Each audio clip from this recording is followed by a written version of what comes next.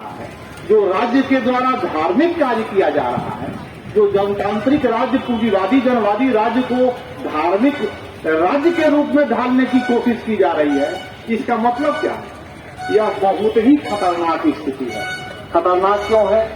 क्योंकि धर्म कहता है कि जो भी असमानताएं हैं, जो भी समाज में विषमताएं हैं, जो भी ऊंच नीच है, जो भी अधीनता की स्थिति है, जो भी गुलामी की स्थिति है, उसको चुपचाप स्वीकार कर लें, क्योंकि ईश्वर की यही वर्षा है।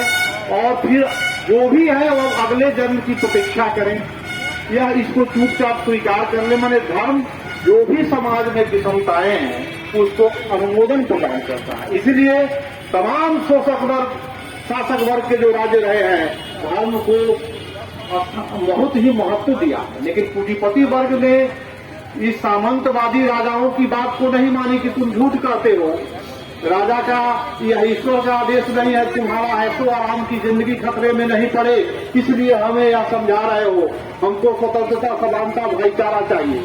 इसलिए उसने उसकी बात नहीं मानी, उसको उलट दिया। लेकिन जब यह शासन में आ गया है पूंजीपति वर्ग, तो पतन के इस गर्त में चल गया है कि इसकी स्वतंत्रता समानता भाईचारा की जो कागजी बातें हैं पूरी तरह उधार हो गई है कि इस समाज में जहां मुट्ठी भर हाथों के में दौलत है, जिनको शोषण का अधिकार है, और दूसरी ओर मजदूर वर्ग है, मेहनत का जनसाधारण है, जिनको अपनी आजीविका के लिए, जिंदा रहने के लिए अपनी श्रम शक्ति को बेचना है, मजदूरी प्राप्त करनी है, उनके लिए दौलत प्राप्त करना है। जबकि हम दौलत उनके लिए बढ़ाएंगे तभी मुझे मजदूरी मिलेगी। तो यह जो है पूंजीपति वर्ग अब इस तरह की स्थितियों से फिर पीछे चल जा रहा है। फिर वह जिसको हटाया था उसके चरण को चूम रहा है, वह गंदे नाले में जिसको फेंक दिया था उस चीज को चूम रहा है, सिर्फ कि मेरा शासन बना रहे, शोषक वर्ग का शासन बना रहे और लोग मतिमूढ़ रहे,